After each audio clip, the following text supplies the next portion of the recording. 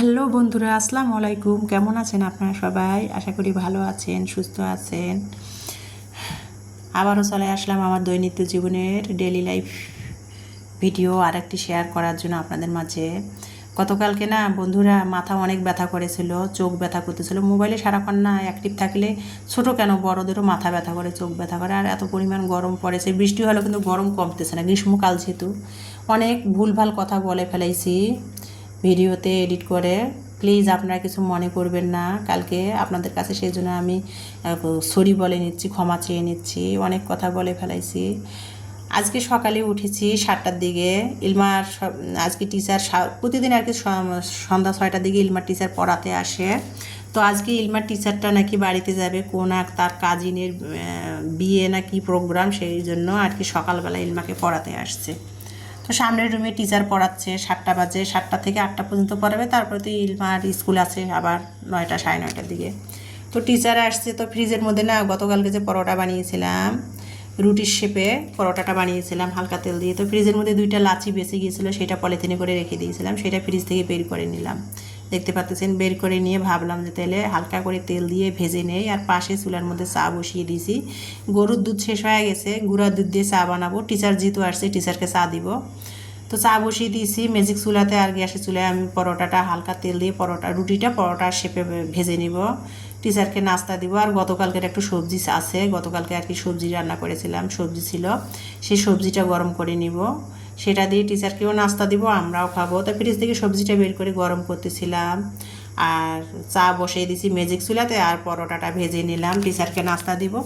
ইলমা খাবে, রেডি করতেছি। ইলমা পড়তেছে, টিচার চলে গেলে ইলমা রেডি হয়, স্কুলে যাবে যেহেতু। তো টিচারকে নাস্তা দিচ্ছি, সবজি পরোটা। ইলমার টিফিনেও রেডি করতেছি। এই যে ইলমার টিফিন রেডি করতেছি, টিচারের নাস্তা দিচ্ছি। তো টিচারকে নাস্তাটা দিয়ে আসবো এখন, টিচার যেহেতু সামনে রুমে পড়াচ্ছে। আর আবারও বলতেছে আমার প্রিয় আপু ভাইয়ারা, আপনাদের পরিবারের একজন মনে করে প্লিজ, কালকে মাথা গরম ছিল, অনেক উল্টাপাল্টা কথা বলেছি। কেন বলবো নাই বা কেন বলেন? 1.5 বছর ধরে ইউটিউব প্ল্যাটফর্মে আমি জড়িত। মানে এমন অবস্থা, কোনো কোনো কিছুই হয় না। আমি কারো কাছে সহজে লাইক চাই না, সাবস্ক্রাইব চাই না, কমেন্ট চাই না। কেউ ভালোবেসে দিলে দিবে, আর জোর করে তো ভালোবাসা হয় না, তাই না? আমি এই জন্য বলি না, ইদানিং না মানে 1.5 বছর ধরে কোনো অবনতি নাই, এই জন্য আর কি মানে এই জন্য কালকে উল্টাপাল্টা অনেক কথা বলেছিলাম। তো যাই হোক, সকালবেলা ক্যামেরাটা অন করেছি, করে এক হাত দিয়ে কাজ করতেছি, আর ক্যামেরাটা অন করে ভিডিও শেয়ার নিচ্ছিলাম একটু করে। ইলমা বলতেছিল আম্মু তুমি না কালকে রাগারাগি করলা, ভিডিও আর ইউটিউবে শেয়ার করবা না, আজকে আবার ক্যামেরা অন করছো বলতেছিল। আসলে কি বলবো বন্ধুরা বলেন, মানে আমার না 1.5 বছর ধরে ভিডিও ইউটিউবে শেয়ার করতে করতে না নেশা থেকে, মানে পেশা থেকে নেশায় পরিণত হয়ে গেছে এমন অবস্থা। যেমন আমরা ভাত খেলে পানি না খেলে কিন্তু তৃপ্তি পাই না। যত খাবারে খান না কেন, আপনি যদি পানি না খান তাহলে কি তৃপ্তি পাবেন বলেন? সেরকম আমার অবস্থা হয়েছে। ইউটিউবে মানে কালকে রাগারাগি করলাম, প্ল্যান করতেছি, সারাদিন কাজকর্ম করি, সারাদিনের পথ চলি, আর চিন্তা করি ভিডিও দিব না, ভিডিও দিব না, ইউটিউবে আর কোনো ভিডিও শেয়ার করব না। কিন্তু ওই যে বললাম, পেশা থেকে নেশায় পরিণত হয়ে গেছে আমার, এত নেশা হয়ে গেছে। যত বলেছি ভিডিও আর শেয়ার করব না, এই যে নেশাটা আমার রক্তের সাথে মিশে গেছে নেশা। এখন ভিডিও না দিলে না কেন জানি আমার মানে সারাদিন কোনো কিছু খেয়ে যেন মানে শান্তি পাই না, এরম লাগে, এরম অভ্যাস হয়ে গেছে। তো সেই জন্য আজকেও ক্যামেরাটা বন্দি করে যতখানি পারলাম যে আমার শেয়ার করে আমার প্রিয় আপু ভাইদের সাথে একটু শেয়ার করি, ক্যামেরাটা বন্দি করে নেই। তো সকালবেলা কিন্তু আমি ইলমাকেই গাড়িতে উঠাই দিলাম, দিয়ে স্কুলের উদ্দেশ্যে ইলমা চলে গেল। পরোটা সবজি টিফিন দিলাম, আমি চা পরোটা আমি পরোটার তো না, ইমানি আর আমি রুটি বানিয়ে নিয়েছি, রুটি দিয়ে সবজি দিয়ে খেয়ে নিয়েছি। নিয়ে কিন্তু আমি চলে আসছি এই যে দিনাজপুর রেল বাজারে, মানে সরি রেল বাজার তো না, বাহাদুর বাজারে আসছি। সবসময় রেল বাজার যাই, তো রেল বাজারটাই মুখে আসে। বাহাদুর বাজার চলে আসছি, কত বড় মাছের বাজার। তো আমি পুরা বাজারের ভিডিওটা নিতে পারিনি, যতখানি পারছি নিয়েছি। পুরা বাহাদুর বাজারের মাছ বাজারের ভিডিওটা নিলে কিন্তু অনেক ভিডিও লং হবে, সেই জন্য একটু করে করে নিয়ে বোঝানোর চেষ্টা করেছি ক্যামেরাবন্দি করে। তো এই যে মাছ নিলাম দরদাম করে, পুরা আগে মাছের বাজারটা ঘুরেছি, দরদাম করে তারপরে মাছ নিলাম। তারপরে চলে আসলাম মুরগি হাটি, মুরগি নিব। তো এই যে রাস্তা দিয়ে যাচ্ছি, মাংস বিক্রি করতেছে, ছাগলের মাংস চিল্লাচ্ছে, আপা আসেন বলতেছে। তো ক্যামেরাটা বন্দি করে নিচ্ছিলাম আর দাঁড়ায় কথা বলতেছিলাম। তো মুরগির হাটিতে চলে আসলাম, মুরগি নিব। ব্রয়লার মুরগি কত, কক মুরগি কত। তা কক চাচ্ছিল 200 টাকা কেজি, ব্রয়লার 120 টাকা। তো ব্রয়লারই নিলাম, যে ব্রয়লার মুরগিটা নিলে আমার মেয়েরা আবার স্যুপ টুপ খাবে মাঝে মধ্যে, ভাজি টাজি ফ্রাই ট্রাই খাবে, এই জন্য ব্রয়লার মুরগি নিলাম 2 কেজি 40 গ্রাম ওজন হয়েছে একটা নিলাম আর কি, 120 টাকা করে কেজি নিল। তারপরে মাছ বাজার আবার আসলাম, এসে 2টা তেলাপিয়া মাছ নিলাম, যে বেশি দিয়েন না, সামনে যেহেতু ঈদ ফ্রিজ আমার ছোট, 2টা মাছ নিলাম, ওজনে যতখানি উঠবে। আর একটা আর কি কাতলা মানে রুই মাছ নিলাম, নিয়ে ছেলেটার কাছে কেটে নিচ্ছি। তা বলতেছিল যে আপা 10 টাকা দেওয়ার নেবে কাটা, যে কেন ভাই মাছ কাটা কেন 10 টাকা দিব, এর আগে তো নেন নাই, কাছে না আপা দিতে হবে। তো যাই হোক দিলাম, দিয়ে মাছটা কেটে নিলাম, যেহেতু সময় নাই। গতকালকে মায়ের সাথে কথা হয়েছিল মোবাইলে গতকাল রাতে, তো চাল শেষ হয়ে গেছে, কোনো কথা প্রসঙ্গে মাকে বলছিলাম যে মা চাল শেষ হয়েছে, চাল কিনতে হবে, তোমার জামাই তো আসবে সামনের সপ্তাহে, মানে রবিবারে আসবে, এই 2 দিনের জন্য আমাকে এখন চাল কিনতে হবে। আর ইলমার বাবা আসলে তো চালের বস্তা কিনবে পাইকারি দাম হিসাবে আর কি চাউলের আড়ত থেকে। তো বলতেছিলাম মা সেই কথা শুনে, আর আমার ভাই ধান চাষ করছে, মানে আজকে মানে উত্তরবঙ্গে না আমাদের 12 দিন ধরে বৃষ্টি হচ্ছে, ঝিরঝির করে, মুষলধারায়ও না। আর বৃষ্টিতে না ওই যে কিছুদিন আগে 12 দিন আগে আর কি একটা যে ঝড় হয়েছিল, ঘূর্ণিঝড়, কিছু কিছু জায়গায় আঘাত হানছে, এই আমাদের বাড়িতে না আমাদের ধান, পাকা ধান না সব ঝড়ে পড়ে পানির মধ্যে ডুবে গেছে, গজ বেড়ায় মানে গেজা বের হয়েছে ধানের মধ্যে।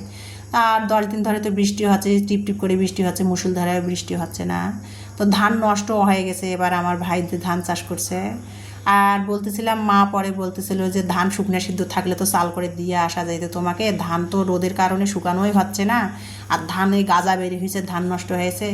তো রাতের বেলা বলতে বলতে দেখেন বাজারে আমি গেছি, সকালে ইলমাকে স্কুলে দিয়ে 10টার দিকে নাস্তা খেয়ে বাজারে গেছি, এর ফাঁকে ভাই বাসার মধ্যে এসে হাজির। আর বাজার ঠিক মতো করতে পারিনি, তাড়াতাড়ি বাসায় চলে আসলাম। আর আমার দিনাজপুর থেকে আমার মায়ের বাড়ি যাইতে কিন্তু মানে আধা ঘন্টা লাগে আর কি বাসের মধ্যে, বাইকে গেলে আধা ঘন্টা, বাসের মধ্যে গেলে 1 ঘন্টা লাগে।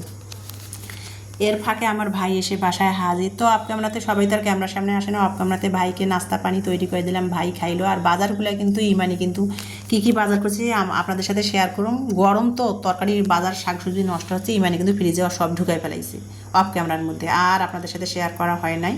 তো মুরগিটা আর কি কাটলাম, ফ্রিজ থেকে নর্মাল ফ্রিজে আপাতত রাখছিলাম, বের করে কাটলাম, সেটাই আপনাদের সাথে একটু শেয়ার করছি। আর মাছগুলো ধুয়ে রক্তগুলো পরিষ্কার করে ফ্রিজে রাখলাম, সেটা একটু খালি শেয়ার করেছি। আর কী কাঁচা তরকারি বাজার করছে সেটা ইমানি ফ্রিজে ঢুকাইছে, আর সেটা আপনাদের সাথে শেয়ার করা হয় নাই।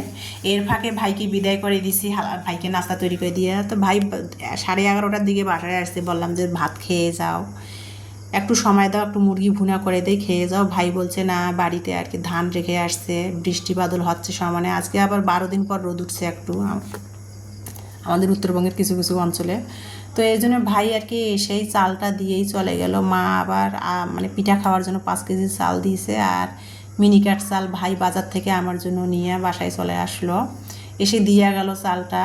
তবে একদিক দিয়ে ভালোই হলো আর কি, চাল আর আমার কেনার লাগলো না, ভাই চাল দিয়ে গেল, পিঠা খাওয়ার চাল, ভাতের চাল। তো যাই হোক, সেটা তো শর্টসে আপনাদের ভিডিওতে শেয়ার করে দিছি একটুখানি, আপনারা দেখে নিছেন হয়তো। তো সেটা আর কি বলতেছিলাম। তো ভাইকে বিদায় দিলাম, ভাই আর দুপুরে খাইলো না, ভাই চলে গেল, টেনশনে ছিল ভাই। তো এখন আর কি ভাইকে বিদায় দিয়ে আর কি ওই যে রান্নাঘরে প্লেট বাটিগুলো ধুচ্ছিলাম, ধুয়ে তারপরে রান্না করব। তো মুরগিটাও আর কি প্রসেসিং করে ফ্রিজে ঢুকাই ফেলাইলাম। তো এখন রান্না করবো, তো ভাবলাম যে প্লেট বাটি যেগুলো জমছিল সিংটা খালি করে, যেহেতু শাক সবজি সিংয়ের মধ্যেই ধুবো। তো এর ফাঁকে মা আবার বাড়ির যে পালা মুরগি আছে না, মা জবাই করে ইমানি ইলমার জন্য ছোট্ট একটা পালা দেশি মুরগি জবাই করে ভুনা করে ইমানি ইলমার জন্য পাঠিয়ে দিয়েছে। তো ইমানি বলছে যে আম্মু তাহলে টাটকা মাছ কষিয়ে রান্না করো। আর দেখেন কী পরিমাণ রোদ, আমার বেডরুমটা না পশ্চিম পাশে কী পরিমাণ রোদ, যে ভাই চাল এনে না সামনে ডাইনিং রুমের দরজার সামনেই রেখে দিয়েছে। পোলায় মানে পিঠার জন্য মা চাল দিয়েছে 5 কেজি, মা বলছে এইটা ঈদের মধ্যে চালাই দিও, আটা গুঁড়া করে বাচ্চাদের পিঠা বানায় খাওয়াইও, আর ঈদের মধ্যে যখন আসবা বেড়াতে তখন আরও দিব, এর মধ্যে রোদ উঠলে ধান মানে শুকনা করে রোদে শুকায় চাল করে দিয়ে দেবো। আবার তো ভাইয়ের মাধ্যমে আর কি চাল দিয়ে পাঠাইছে, আর ভাই আবার মিনিকেট চালের ভাত খাইতো আমরা, এই জন্য মিনিকেট চালটা এনে আমাকে বাসায় দিয়ে গেল, দিয়েই ভাই তো চলে গেল, দুপুরে আর খাইলো না। এখন 12টা বেজে গেছে, 12:30, ভাই আর দুপুরে খাইলো না, টেনশন নিয়ে আসছে তো ভাই আর খাইলো না, চালগুলো দিয়ে গেল। তো সেটাই আমার ভালো লাগাটা, আমার তো সব কিছু ভালো লাগাগুলো আমার প্রিয় আপু ভাইয়াদের সাথে শেয়ার করি, সেটাও শেয়ার করে দিলাম। তারপরে ইমানি বলছে আম্মু যেহেতু লেট হয়েছে আর মাছ তো বাজার থেকে আজকে টাটকা নিয়ে আসছো, তো মাছ কষিয়ে রান্না করো, আব্বু যেভাবে পছন্দ করে আজকে সেভাবেই করো। যদিও আমার দুই মেয়ে মাছ কষা মাছ রান্না করলে খেতে চায় না, মাছ ভেজে রান্না করতে হয়, কিন্তু এভাবে মাছ রান্না করলে না ওর বাবা খুব পছন্দ করে, ইলমার বাবা। তো বলছে আম্মু পটল মাছ সব আজকে তরতাজা বাজার থেকে নিয়ে আসছো, আমি এমনি মাছ কষিয়ে রান্না করো। তো যাই কাজ সেই কথা, মাছটা আমি লবণ মেখে রেখে দিয়েছিলাম, এর ফাঁকে পটলটা কেটে নিয়েছি, কেটে ধুয়ে নিয়েছি, নিয়ে তারপরে কিন্তু এই যে মাছের মধ্যে যে রেগুলার মশলাগুলো দেওয়া হয় সেই মশলাগুলো দিয়ে তারপরে মশলাটা কষিয়ে তারপরে মাছটা কষিয়ে নিচ্ছি, দেখতেই পাচ্ছেন। এভাবে কিন্তু মাছ রান্নাটা না ইলমার বাবা খুবই পছন্দ, কিন্তু আমার দুই মেয়ে পছন্দ করে না। আজকে ইমানি বলছে আমার যেহেতু সময় নাই, একটা বেজে গেছে, তুমি মাছ কষিয়ে রান্না করো, ভাজাভাজির ঝামেলা দরকার নাই। তা আমি বলেছি কষা মাছে খাও না, কাছে না খেলে না খাবো, নানি মাঝে মুরগির মাংস দিয়েছে সেটা দিয়ে ভাত খাবো, সেটা বললো। তো যাই হোক, মেয়ে বললো আর ঝামেলা করতে গেলাম না, ভাজাভাজি করতে গেলাম না, কষিয়ে রান্না করতেছি। তা পটল আলুটা কেটে নিয়েছি, এই যে দেখতে পাচ্ছেন। আজকে পটল সবসময় কিন্তু আমি টেলাই, একটু কড়াইয়ের মধ্যে টেলাই নেই, মানে ভেজে নেই, নিয়ে তারপর মাছ দিয়ে রান্না করি, আর সেটাও করি নাই।